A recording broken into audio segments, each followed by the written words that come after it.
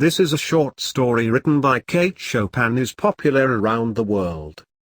So I started reading A Pair of Silk Stockings without delay. Little Mrs. Somers one day found herself the unexpected possessor of $15. It seemed to her a very large amount of money, and the way in which it stuffed and bulged her worn old portemonnaie gave her a feeling of importance such as she had not enjoyed for years. The question of investment was one that occupied her greatly. For a day or two she walked about apparently in a dreamy state, but really absorbed in speculation and calculation. She did not wish to act hastily, to do anything she might afterward regret. But it was during the still hours of the night when she lay awake revolving plans in her mind that she seemed to see her way clearly toward a proper and judicious use of the money. $1 or $2 should be added to the price usually paid for Janie's shoes, which would ensure their lasting an appreciable time longer than they usually did. She would buy so and so many yards of percale for new shirt-waists for the boys and Janie and Mag. She had intended to make the old ones do by skillful patching. Mag should have another gown. She had seen some beautiful patterns, veritable bargains in the shop windows. And still there would be left enough for new stockings, 2 pairs apiece, and what darning that would save for a while. She would get caps for the boys and sailor hats for the girls. The vision of her little brood looking fresh and dainty and new for once in their lives excited her and made her restless and wakeful with anticipation. The neighbors sometimes talked of certain better days that little Mrs. Somers had known before she had ever thought of being Mrs. Somers. She herself indulged in no such morbid retrospection. She had no time, no second of time to devote to the past. The needs of the present absorbed her every faculty. A vision of the future like some dim, horned monster sometimes appalled her, but luckily tomorrow never comes.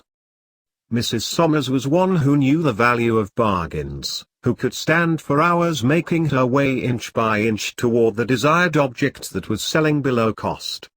She could elbow her way if need be. She had learned to clutch a piece of goods and hold it and stick to it with persistence and determination till her turn came to be served, no matter when it came. But that day she was a little faint and tired. She had swallowed a light luncheon. When she came to think of it, between getting the children fed and the place righted, and preparing herself for the shopping bout, she had actually forgotten to eat any luncheon at all. She sat herself upon a revolving stool before a counter that was comparatively deserted, trying to gather strength and courage to charge through an eager multitude that was besieging breastworks of shirting and figured lawn. An all-gone limp feeling had come over her and she rested her hand aimlessly upon the counter. She wore no gloves.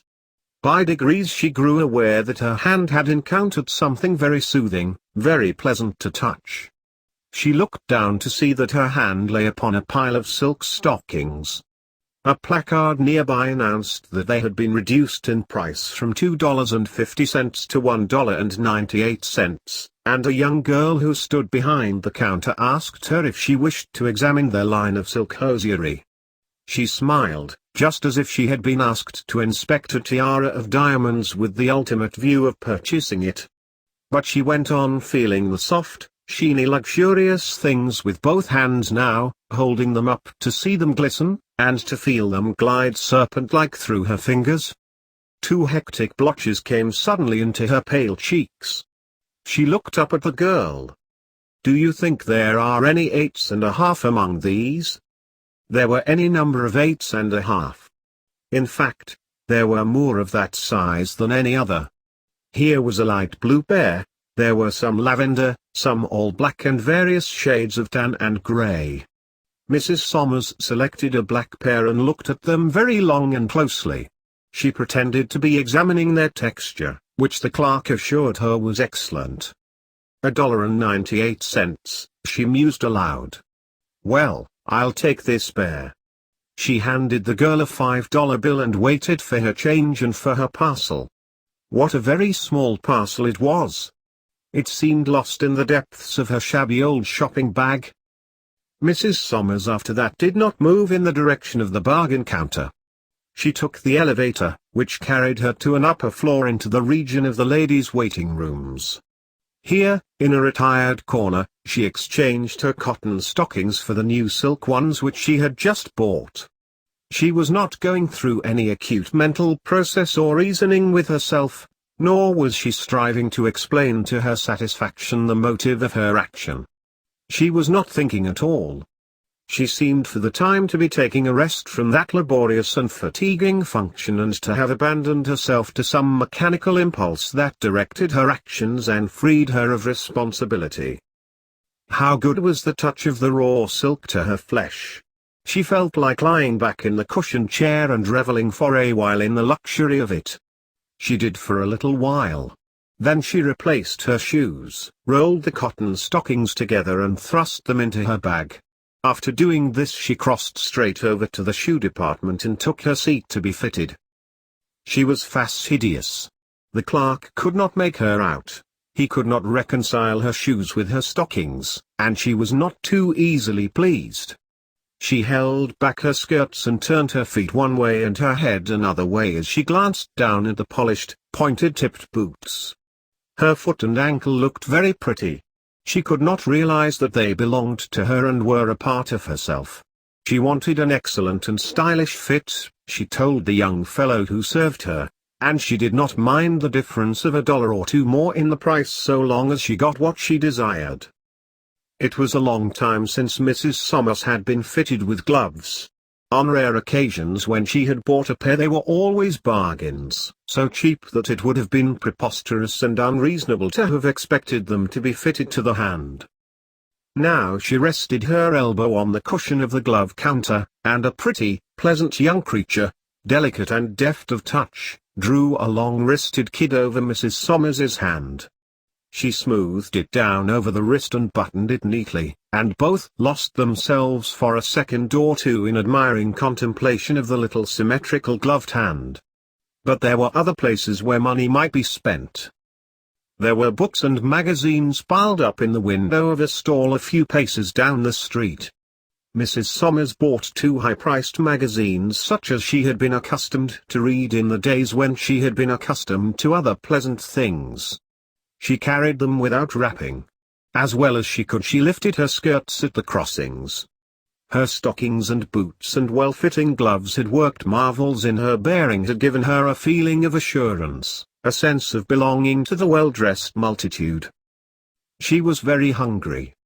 Another time she would have stilled the cravings for food until reaching her own home, where she would have brewed herself a cup of tea and taken a snack of anything that was available. But the impulse that was guiding her would not suffer her to entertain any such thought. There was a restaurant at the corner. She had never entered its doors. From the outside she had sometimes caught glimpses of spotless damask and shining crystal, and soft-stepping waiters serving people of fashion. When she entered her appearance created no surprise, no consternation, as she had half feared it might. She seated herself at a small table alone, and an attentive waiter at once approached to take her order. She did not want a profusion, she craved a nice and tasty bite, a half-dozen blue points, a plum chop with cress, a something sweet, a creme frappée, for instance, a glass of Rhine wine, and after all a small cup of black coffee. While waiting to be served she removed her gloves very leisurely and laid them beside her. Then she picked up a magazine and glanced through it, cutting the pages with the blunt edge of her knife. It was all very agreeable. The damask was even more spotless than it had seemed through the window, and the crystal more sparkling. There were quiet ladies and gentlemen, who did not notice her, lunching at the small tables like her own. A soft, pleasing strain of music could be heard, and a gentle breeze was blowing through the window. She tasted a bite, and she read a word or two, and she sipped the amber wine and wiggled her toes in the silk stockings. The price of it made no difference. She counted the money out to the waiter and left an extra coin on his tray, whereupon he bowed before her as before a princess of royal blood. There was still money in her purse, and her next temptation presented itself in the shape of a matinee poster. It was a little later when she entered the theater. The play had begun and the house seemed to have to be packed. But there were vacant seats here and there, and into one of them she was ushered, between brilliantly dressed women who had gone there to kill time and eat candy and display their gaudy attire. There were many others who were there solely for the play and acting. It is safe to say there was no one present who bore quite the attitude which Mrs. Somers did to her surroundings. She gathered in the whole stage and players and people in one wide impression, and absorbed it and enjoyed it. She laughed at the comedy and wept. She and the gaudy woman next to her wept over the tragedy. And they talked a little together over it. And the gaudy woman wiped her eyes and sniffled on a tiny square of filmy, perfumed lace and passed little Mrs. Somers her box of candy.